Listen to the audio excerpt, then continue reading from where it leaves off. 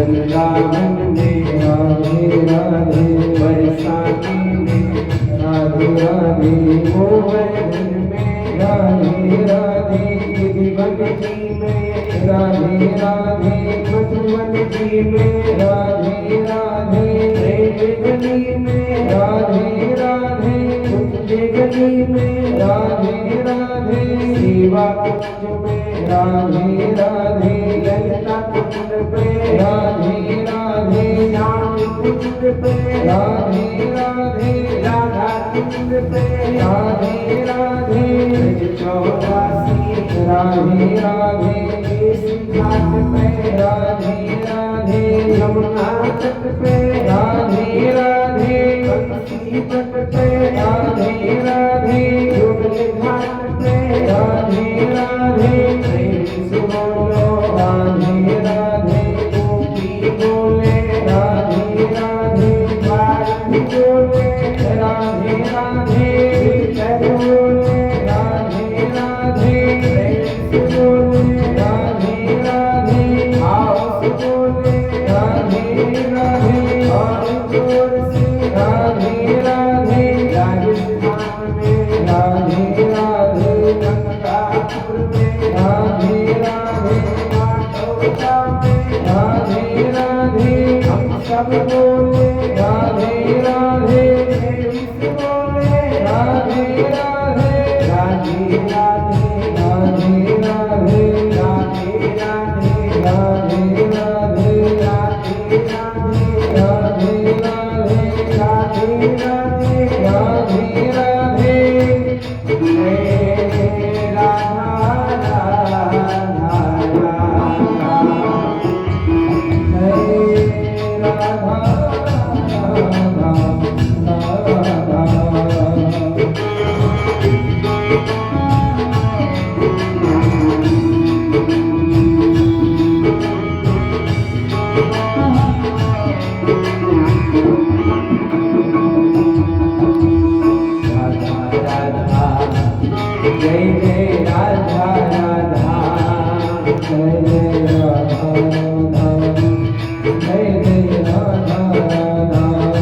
जय जय राधा राधा, जय जय राधा राधा, जय जय राधा राधा, जय जय राधा राधा, जय जय राधा राधा, जय जय राधा राधा, जय जय राधा राधा, जय राधा राधा राधा, जय राधा राधा राधा, जय राधा राधा राधा, जय राधा राधा राधा, जय जय राधा राधा, जय जय राधा राधा, जय जय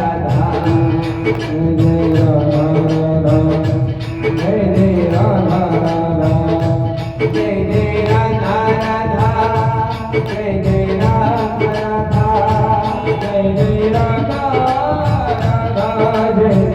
राधा, जय जय राधा राधा, जय जय राधा राधा, जय जय राधा राधा राधा, जय जय राधा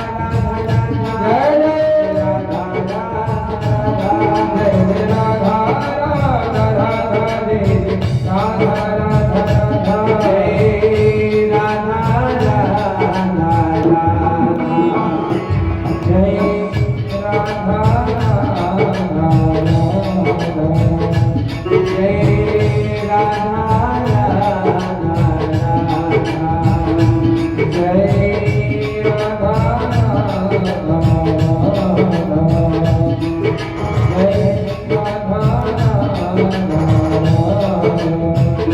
जय राधा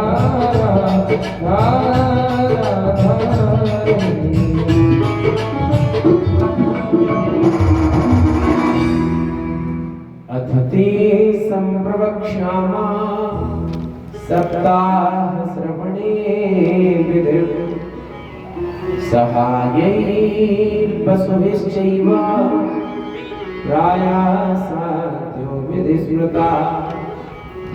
कल हम सभी ने भागवत कथा का महात्म श्रवण किया। प्रश्न किया संत कुमार जी महाराज से कि महाराज भागवत कथा की विधि क्या है, कैसे भागवत कथा को सुनना चाहिए, कैसे भागवत कथा को सुनाना चाहिए, भागवत कथा की क्या व्यवस्था है, कितना खर्च आता है भागवत। अच्छा, हम और आपसे कोई पूछे कि भागवत कराने में कितना खर्च आता है, क्या जवाब देंगे? बताओ आप, कितने पैसे में भागवत होते हैं? कभी कराएंगे ऐसे परिवार में, कराएंगे? कितने खर्च आता है? 10,000 में होगी 25 साल पहले।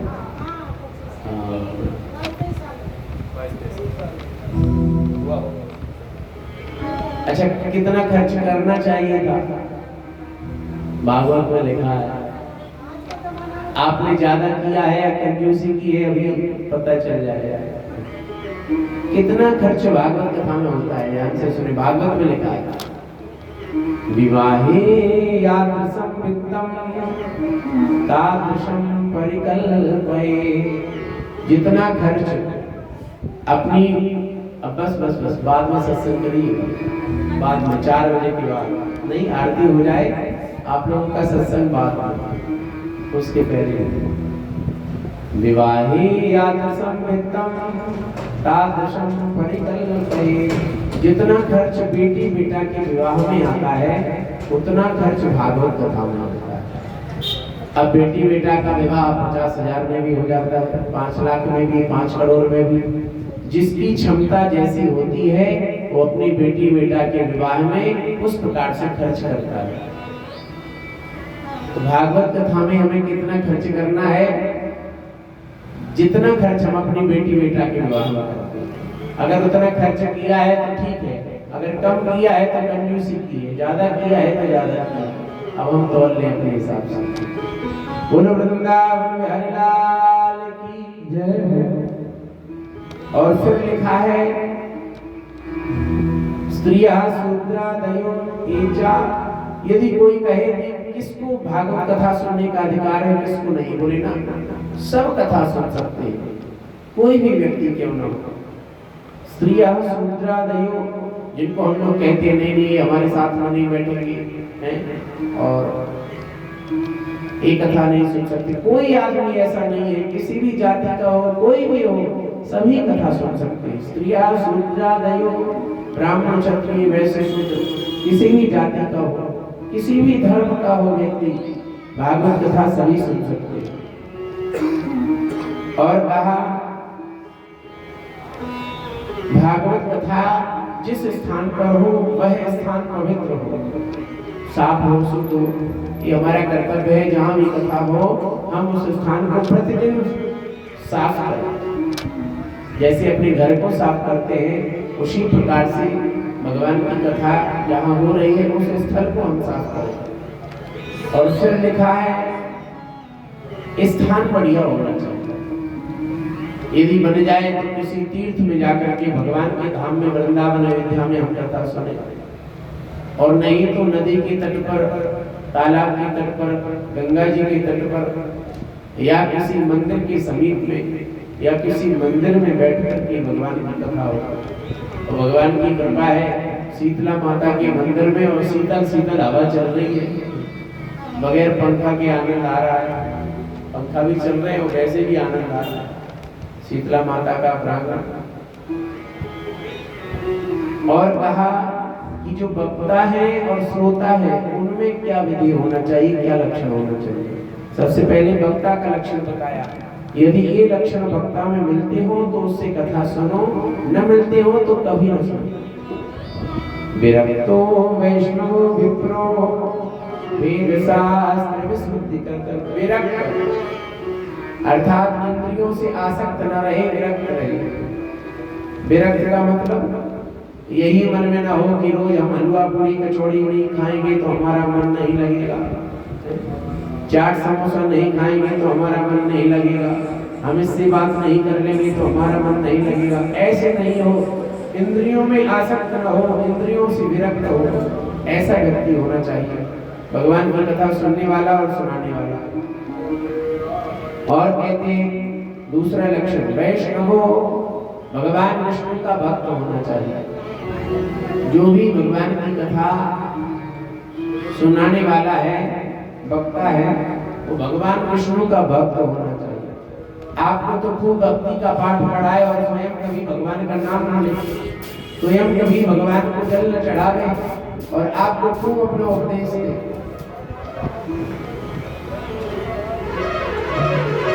इधर बैठ लीजिए, आप इधर बैठ लीजिए, इधर इधर। हाँ, वो माताओं का स्थान है, इधर आप आ जाए।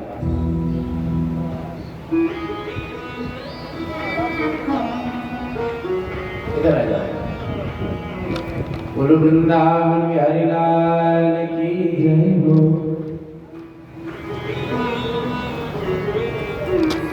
तो कहते हैं विरक्तो वैष्णवो विप्रो, और जो भगवान की कथा सुनाने वाला है वो विप्रो ब्राह्मण होना चाहिए।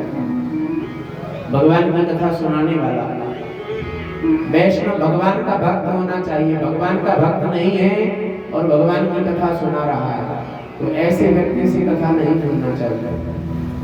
चौथा लक्षण, वेद शास्त्र विशुद्धिकृत, शास्त्रों का जानकार होना चाहिए।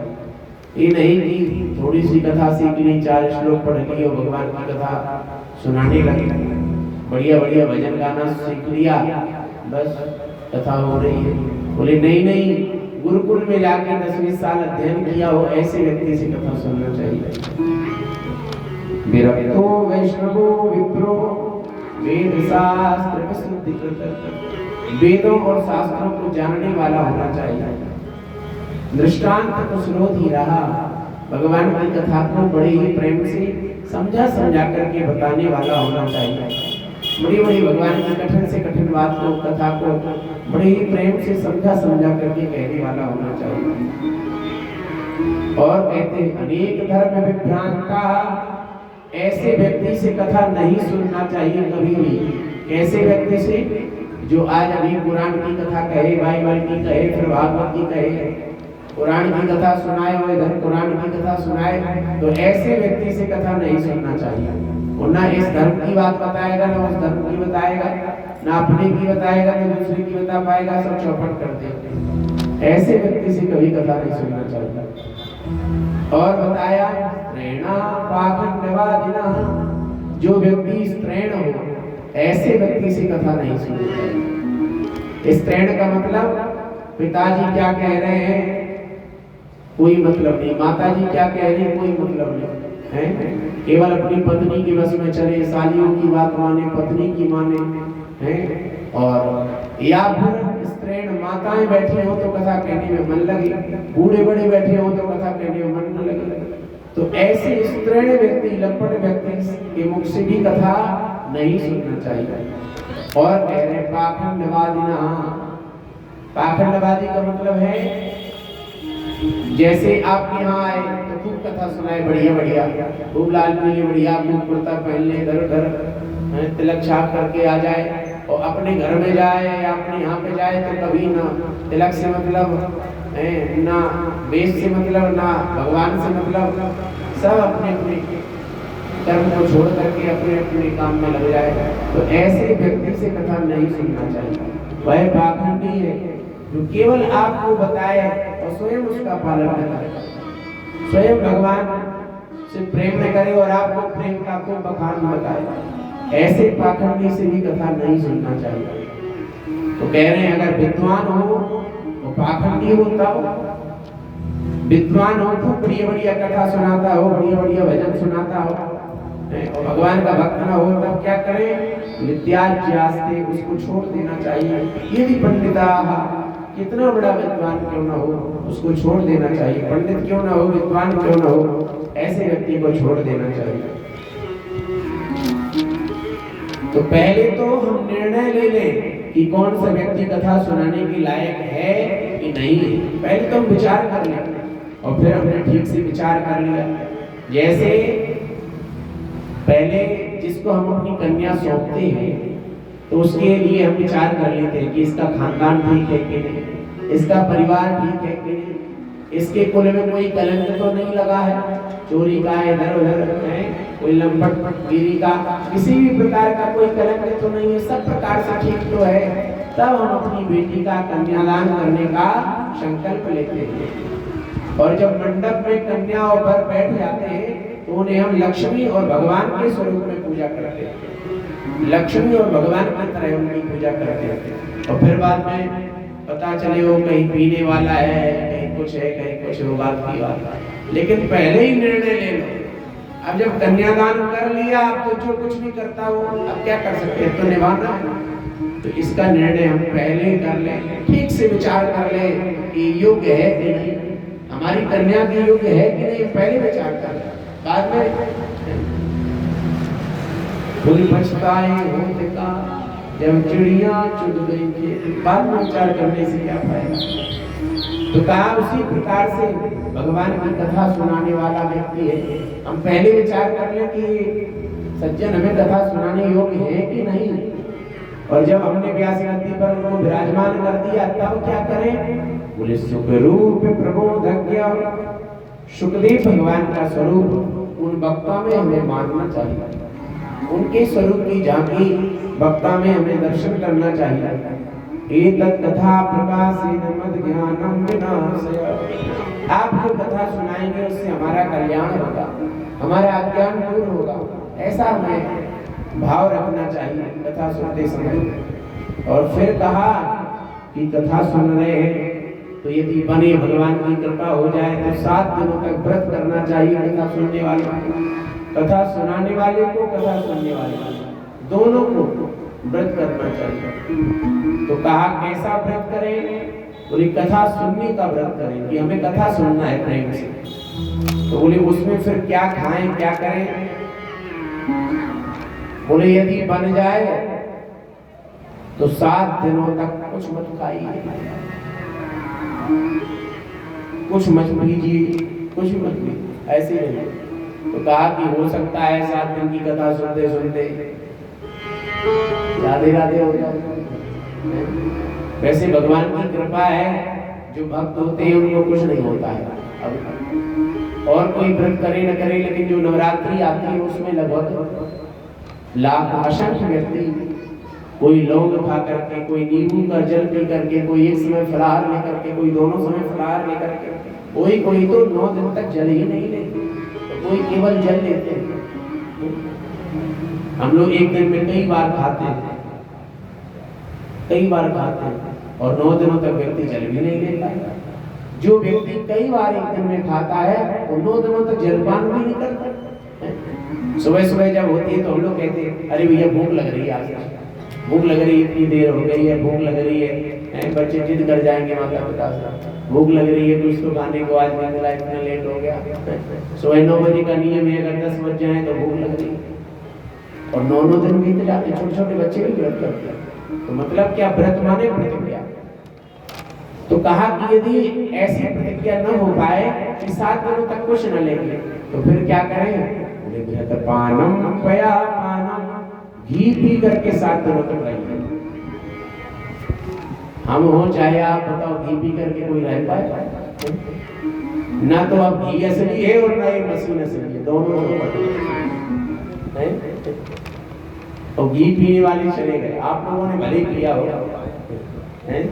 इसलिए आप लोग आज 70 साल में भी आज बैठे हैं, सब पिया होगा, इसलिए तो अब आज ना कोई घी पी पाएगा और ना वो घी ही असली है, घी भी असली है। जो गाय भैंस अपने घर में रखे हैं, भगवान की कृपा है, तब तो असली की गारंटी है। और नहीं तो भले ही जहाँ पर भैंस बनती हो, गौशाला हो, वहाँ से भी आप अगर घी लेके आओगे और पक्का मिल जाए आपको सही तो गारंटी, वो भी लोग लालच में आकर के कुछ ना कुछ मिला ही नहीं। सुगंधी के लिए आधा असली और आधा नकली। तो कहा पानम पया पानम, घी पी करके यदि नहीं रह सकते 7 दिनों तक, तो दूध पी करके नहीं, 7 दिनों तक केवल दूध पीजिए। अच्छा, दूध पी करके भी रहने वाले के लिए चुने लोग मिलेंगे, केवल दूध पी करके 7 दिनों तक। आप रह जाएंगे 7 दिन तक केवल दूध पीते नहीं, आप दूध पीते कहने करने पर। तो पहले लोग दूध पी करके रह जाते थे, 1 लीटर दूध बढ़िया कच्चा ही दूध चढ़ा गए, बस चले गए खेतों में काम करने, शाम तक कोई खबर नहीं। वो समय बीत गया। तो फिर कहा क्या करें, तो बोले फलाहार लेकर के रहिए, साथ में फलाहार करिए और प्रेम से कथा सुनिए। तो कहा कि फलाहार से भी यदि काम न चल पावे तो बोले एक समय फलाहार कर लो और फिर शाम के समय जब कथा पूरी हो जाए, आरती हो जाए, तो उस समय भोजन कर लो प्रेम से, एक समय भोजन कर लो। तो फिर कहा कि इतने से भी काम न चल पावे तो क्या करें, बोले भैया कि दोनों समय भोजन कर लो, इतना भोजन करो कि बस यहीं पर झपका न लगे। माताओं पर तो कृपा है भगवान की, घूंघट मिला है, अगर झपका लग जाएगा तो कोई पहचान नहीं पाएगा, लेकिन अगर इधर आ गया तो लोग कहेंगे लोग सो रहे हैं। तो भाई इतना भोजन कर लो भगवान की कथा में कि आलस ना आवे, बस शाम को खूब भरपेट पाए और दिन में, और या पाना है थोड़ा जल्दी पाए, जैसे 12 बजे से कथा है तो 10 बजे ही पाए, 9 बजे थोड़ा सा पाए और फिर 4-5 बजे की बात पर भरपेट, तो आलस नहीं आएगा, आनंद आएगा। अगर अब जैसे कथा में थोड़ा सा ही फलाहार ज्यादा हो गया तो परेशानी हो जाती कथा सुनाने में, और हल्का है अगर थोड़ा सा कुछ लेके पानी पिया है तो फिर 8 घंटे 10 घंटे ऐसे ही बैठे रहे, नो टेंशन। बोलो वृंदावन बिहारी लाल की जय। भगवान का नाम लेकर के बोले सत्यम शौचम, शौच माने पवित्रता, पवित्रता पूर्वक रहे हम सब, कथा सुनने वाली और कथा सुनाने वाली दोनों पवित्रता से रहे, और भगवान का नाम लेते हुए, भगवान का ध्यान करते हुए 7 दिनों तक कथा भगवान की सुने तो कहते हैं पूर्ण फल की प्राप्ति होती। और कहा 7 दिन की कथा सुनने के बाद में फिर कहते हैं यदि बने भगवान की कृपा हो जाए तो हवन भी करना चाहिए, हवन करो। तो कैसे करें हवन, मधु पायस सर्पश्चा, मधु पायस माने खीर, सर्पी माने घी, सर्पश्च घी, और तिलान्ना तिल चावल जो इत्यादि का मिश्रण करके और फिर हवन करना चाहिए। और हवन करने के बाद में फिर लिखा है 12 ब्राह्मणान भोजयित्वा, कम से कम 12 ब्राह्मणों को भोजन करावे, और यदि ठाकुर जी की कृपा हो जाए तो बस्ती वालों को, नगर वालों को, क्षेत्र वालों को बढ़िया से बढ़िया भंडारा कराए। जितना ठाकुर जी ने दिया हो उसमें 13 ब्राह्मणों का है, 13, और इसमें 12 ब्राह्मणों का है। अब 12 बढ़िया न लगे तो 11 30 कर लो, 500 कर लो, ये 12 तो लिखा है कम से कम, कम से कम। भगवान की 12 भक्त हैं,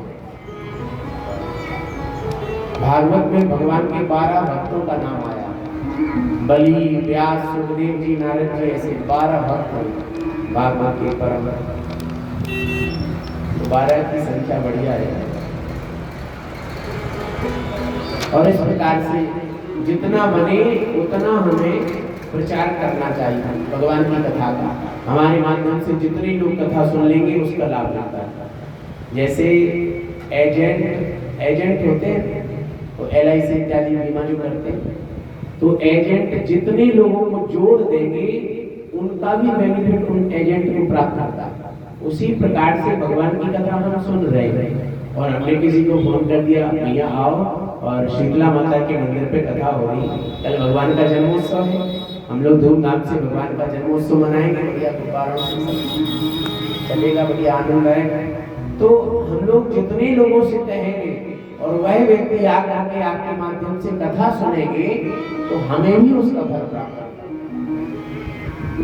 उन्हीं एजेंट ने करें। इस प्रकार से कथा सुनने की विधि है। और कहा कि भोजन इत्यादि कराने के बाद में वस्त्र भूषण गंधात्मनि पूजिता नियतात्मनि, जो कथा सुनाने वाले हैं उनके सहयोगी जन हैं, संगीत वाद्य इत्यादि सभी लोग हैं, तो उन सबको तृप्त करना चाहिए, प्रसन्न करना चाहिए, इतनी दक्षिणा देना चाहिए, और वस्त्र आभूषण इत्यादि जो कुछ देते हैं, वस्त्र दे दो, आभूषण जो कुछ भी हमसे बने, इस प्रकार से 7 दिनों तक भगवान की कथा सुनना चाहिए। बोलिए भागवत महापुराण की। अब कहते हैं भागवत में 18,000 श्लोक, भागवत में 335 अध्याय और भागवत में 12 स्कंध है। भागवत में कितने श्लोक हैं? 18,000 श्लोक, और भागवत में अध्याय है 335 और भागवत में स्कंध है 12।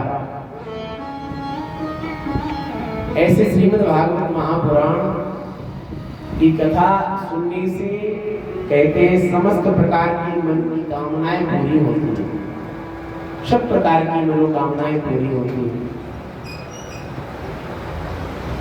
तो कहा, बोले भगवान की हम लोग कौन सी कथा सुन रहे हैं? हम लोग क्या सुन रहे हैं? यहाँ पर क्या सुनने आए हैं? भागवत कथा, कथा सुनने आए हैं। तो कथा माने क्या होता है? कथा क्या होता है? कथा का मतलब किन प्रकार की कथा, कथा माने कैसे, कैसे। जब हम लोग प्रश्न करते हैं कैसे, तब कथा होती है। जैसे हम लोगों ने बताया भैया कोई भी काम, ये काम कैसे, तब वो बताएगा सामने वाला कि भैया ऐसे ऐसे ऐसे ऐसे और ऐसे ऐसे काम हुआ, तभी बताएगा। पूरी कथा, पूरी उसकी जानकारी आपको दे देगा, उसकी चर्चा आपको बता देगा, तो उसका नाम क्या हो जाता है? बोले कथा। कथा माने कैसे। तो कौन सी कथा है? बोले भागवत की कथा। तो बोले भागवत का मतलब क्या होता है? ये भागवत का मतलब क्या है? हम लोग भगवान की कथा सुन रहे, भागवत कथा, तो ये भागवत क्या है? तो कह रहे भागवतानां पुराणम इति भागवतम। भागवतानां, भागवत माने,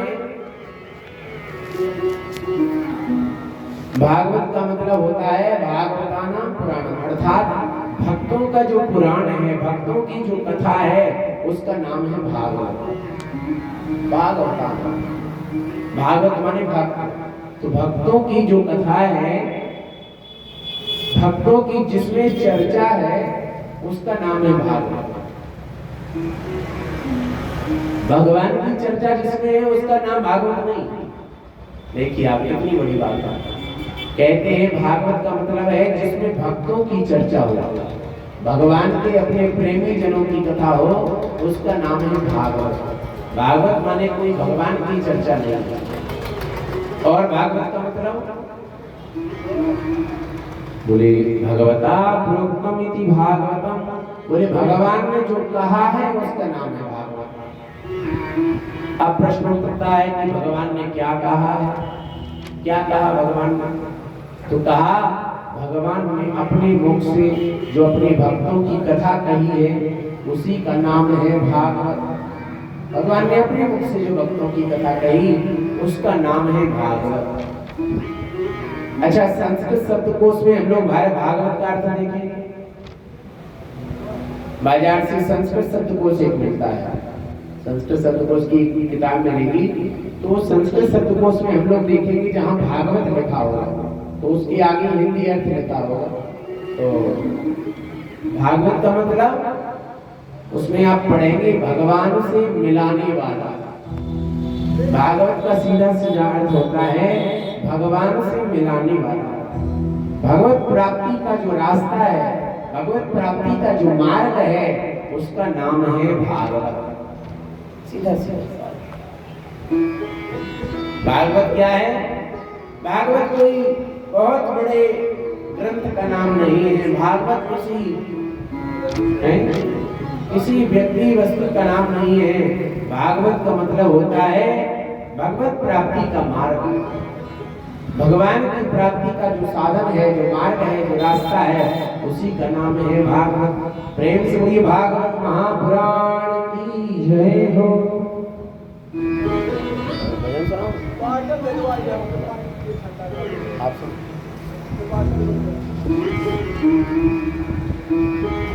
हो तेरी पार करेंगे नैया, भज कृष्ण कन्हैया। तेरी पार करेंगे नैया, भज कृष्ण कन्हैया। पार करेंगे नैया, भज कृष्ण कन्हैया। कृष्ण कन्हैया भजताओ जिको भैया, कृष्ण कन्हैया भजताओ जिको भैया। कृष्ण कन्हैया भजताओ जिको भैया, कन्हैया भजताओ जिको भैया। पार करेंगे भज कृष्ण कन्हैया। पार करेंगे तेरी नैया, भज कृष्ण कन्हैया।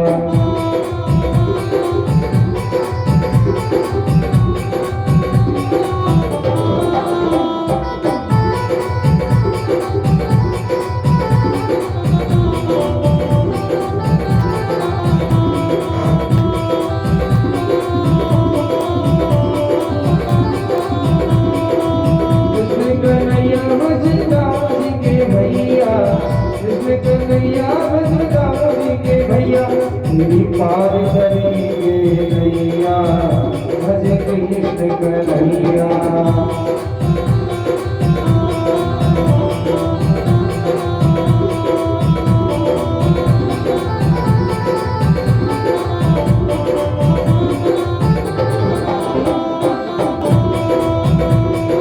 बाल कृष्ण गोपाल हमारो, कृष्ण गोपाल ब्रजवासी को प्राण प्यारो, ब्रजवासी को प्राण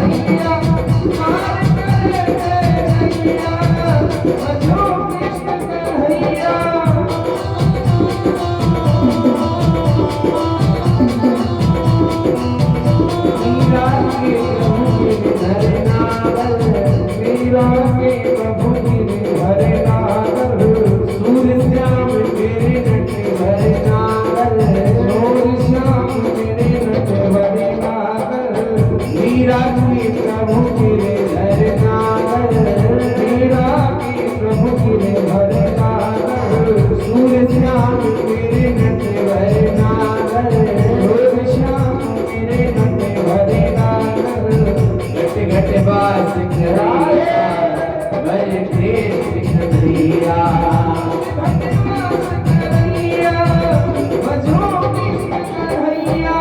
कृष्ण कन्हैया भजताओ जी को मैया, कन्हैया भजताओ जी को मैया, नंद महल को छैया कृष्ण कन्हैया, महल को छैया कृष्ण कन्हैया, पार करेंगे राधे बर कृष्ण कन्हैया, पार करेंगे कन्हैया भजो कृष्ण कन्हैया, पार करेंगे प्रभु मैया भजो कृष्ण कन्हैया।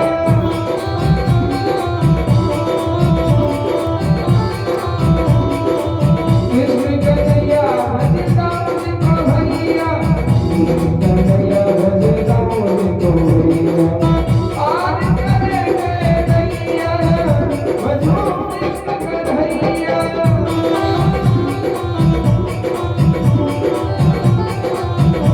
तेरे पार करेंगे प्रभु मैया भजो कृष्ण कन्हैया, पार करेंगे कन्हैया भजो कृष्ण कन्हैया, भजो